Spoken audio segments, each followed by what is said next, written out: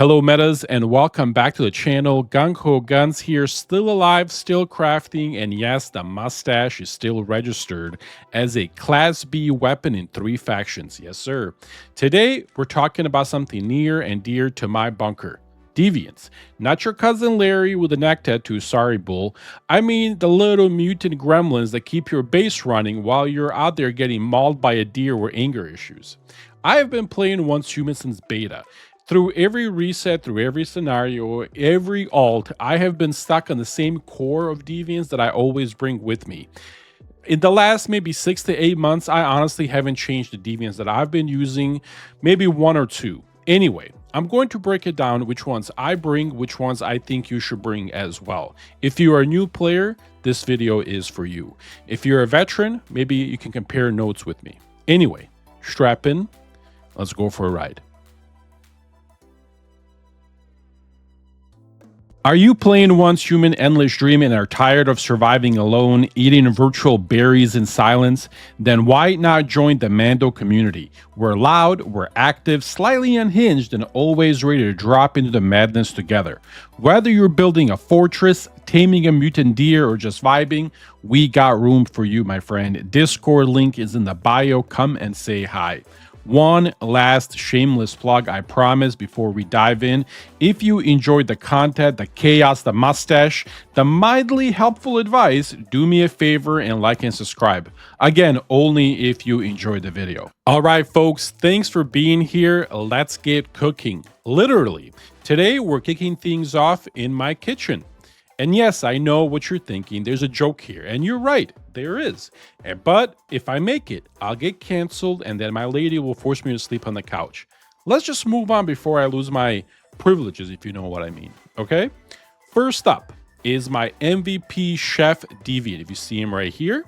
This guy is amazing.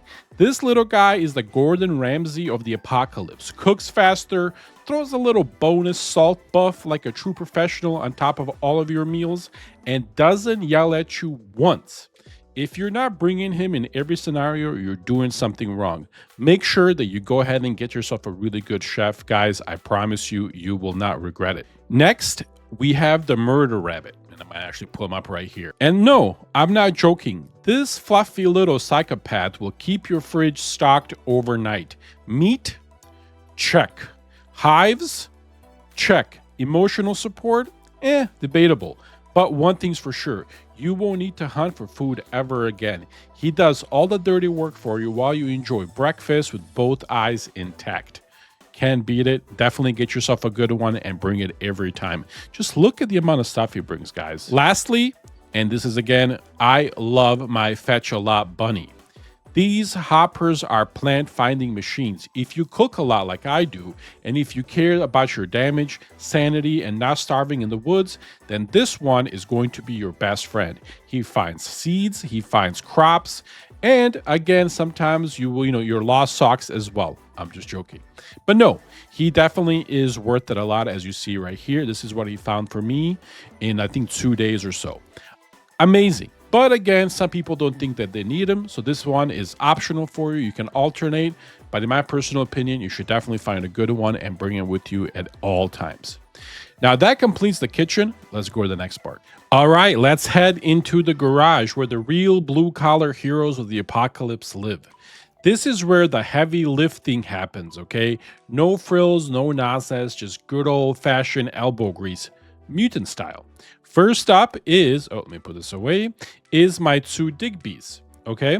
As you see right here, I will always bring 2 of them with me. Why? Because they got a solid chance of digging up silver, and if you leave them for a few days, just like I did, just look at the amount of stuff they are able to bring up by themselves. Pretty good. Also, here's the best kicker. If you want to automate your platforms for like tungsten or stardust ore, that's right, you can do that with these heavy machinery platforms. You will need at least 2 Digbees to run, 2 of them for you, because you need at least 2, in my opinion. Anyway, you can't go wrong. I recommend to bring at least 2. 2 of the best ones that you have, especially if they're like 4 or 5, etc. I would definitely recommend it. Now, I have one more option for this place that I honestly did not bring with me in this scenario, and it's an honorable mention, the Fire Frog, aka Flame Essence. Full disclosure, again, I forgot to bring him this time around. And you know what? I genuinely missed him when I was building my house and all this stuff, because what he does is he makes it where you process your ore faster as you're kind of working towards your, furnaces, etc., etc. But once you get like a 4 per furnace, honestly, I don't think they're necessary. I still think in the early game, maybe, before you're level 50, the flame essence is wonderful, but after that, again, up to you. There's a reason why I think I forgot him. I think it was the universe telling me that I didn't really need him, etc. But if you would like one, again, you can't go wrong with it either. All right, now let's go over to the garden where the veggies grow, the bees buzz, and the mutations are part of the vibe, as you see right here. I will always bring this 4 combo right here. My 2 grow shrooms are the best ones that I have on each of my alts, and 2 of my buzzy bees, as you will. Now, I know there's been an update to this gardening class, and this might affect it. Full transparency, I'm not 100% sure yet, as I have not fully dived into the gardening class yet. However, this is what I've been bringing this whole time for like a year now almost. And honestly, you cannot go wrong with this. What these do, these grow shrooms that you see right here, they will plant all this stuff for you, and you can set up your garden just like so. I put it at 90 for these 2 right here, and then I do 80 on the lights, and I'm able to grow pretty much everything here with no problem. The grow shrooms are pretty much, I feed them seeds, they take care of everything, and the 2 buzzy bees help as they kind of fly around and give it a better chance to add a deviated option here. Again, this is what I've always brought over whenever I come to a new scenario on every one of my alts. And trust me, I have a lot of alts. And I don't think I'm going to change unless maybe in the new gardening class, you don't need these anymore. But I think that's not the case. All right. And then moving over to the combat. And again, I always leave my combat deviant by my bedroom. I have 3 options, and this is what I always bring. Honestly, let me actually pull it up here, maybe a little easier. And this is what I recommend that you guys bring with you. This is what I bring with me at all times. And I'll explain why. I bring 3 combat deviants to every new scenario. The first one, as you see, I bring this guy right here, my Lone Whisperer. It's a 3/5. It's not the best, but I'm trying to get a 5/5. I think I have one on my main, and it is wonderful. So again, it's the best that I have on this alt, unfortunately. But I always make sure that I bring 1 Lone Whisper deviant. Especially in the early game when you're leveling, this guy will tank and kill everything. It'll just make your life a lot easier. Always bring 1 with you. Number 2, I always bring a good Pyro Dino. And again, on this alt, I only have a 1/1. On my main and my other couple alts, I have a 4/4 or a 5/4, I believe, and they are fantastic. The reason why you want to bring a Pyro Dino is this is a ranged damage deviant.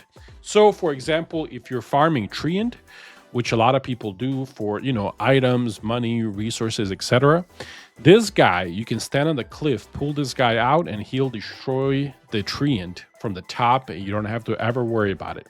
So I definitely recommend bringing a Pyro Dino as well. The last one that I bring for, at least for now, that I bring for my deviants is I also bring a Festering Gel. There are some places where you are leveling early game where a healer is very welcomed, especially when your sanity is at 0. Maybe you can't make beer just yet. A Festering Gel will save your life. So those are the 3 combat deviants that I bring with me to every new scenario, or a version of them, if I should say. They genuinely help in every aspect and are just amazing.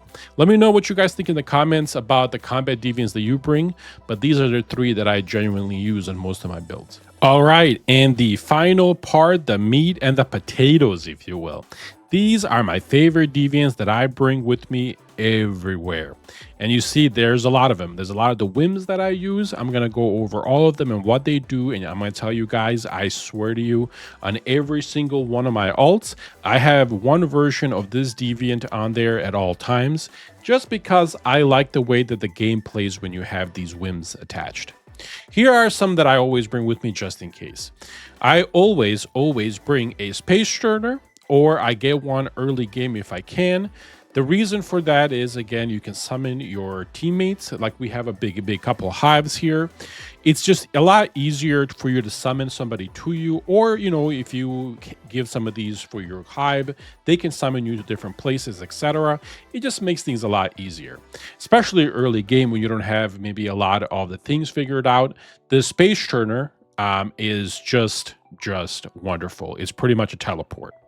The next one that I bring with me is the ice pot. And again, the reason for that is the sticky ice crystal.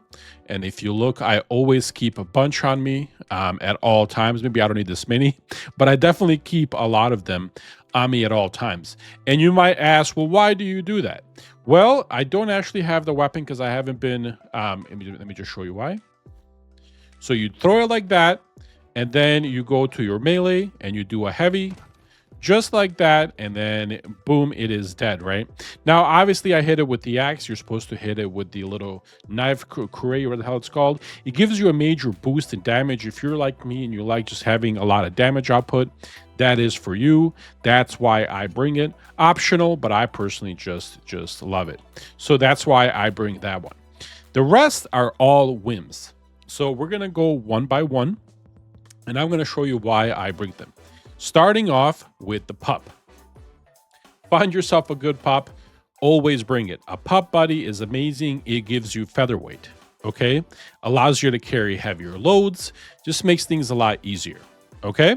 Next one that I bring, and a harvest seed. Now, here's the truth. You actually don't need to bring a harvest seed because Treant, which is a super easy, person to kill, they drop a ton of harvest seeds.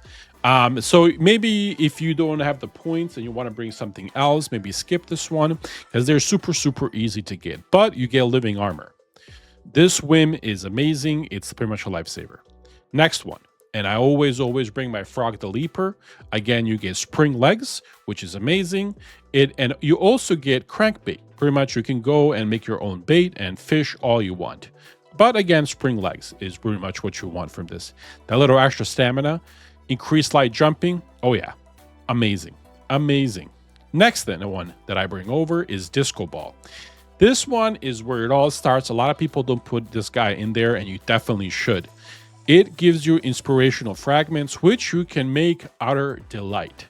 So what you do with this, you make sure when you are activating your whims that I'm going to show you, you activate this one first, and then every whim after that is extended by like 35%. So you get like an hour plus on some of your whims. It's amazing. So it all starts with this one, and this is kind of like the first whim you want to activate. Definitely bring it. The other one that I have here actually is the H37. This is actually a gathering deviant as well, but I always bring him and I put him up ASAP.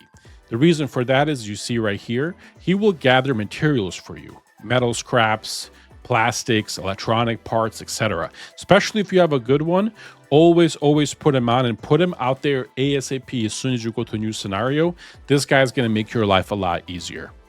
Going forward, the Atomic Snail, aka Jedi. I will always bring one with me on every alt. As you see, I actually have some that are 5/5. They are amazing.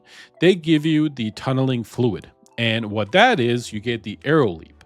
And I'm going to show you what this does. It's pretty much when you jump in the air, you hold control, you like fly through the air. You kind of become like a Jedi, if you will. This is one of my favorite deviants. It's amazing. The next one we have is the Upper World Spawn. This is more for PvP. I'm just trying it out. I've actually never had one before. So this is the one that I've incorporated this scenario, and I have two for some reason. I've never been able to get one until recently, but it's pretty interesting. So what this does, it gives you like the feather of the angel, the Upper World feather. And what that does, you can craft Upper World protection. It's like a potion. You use this whim and you pretty much become invulnerable to all damage for 2 seconds. But here's the thing, you can't move and you can't do damage either. So it just kind of makes you invulnerable until your team comes in and helps you. In PvP, I can see this being just amazing. In PvE, maybe not so much, but I'm still testing it out. So that's why I bring that one. And lastly, I have the Dreamcatcher. The Dreamcatcher is also amazing because you can get the Weaver the Deaver Whim.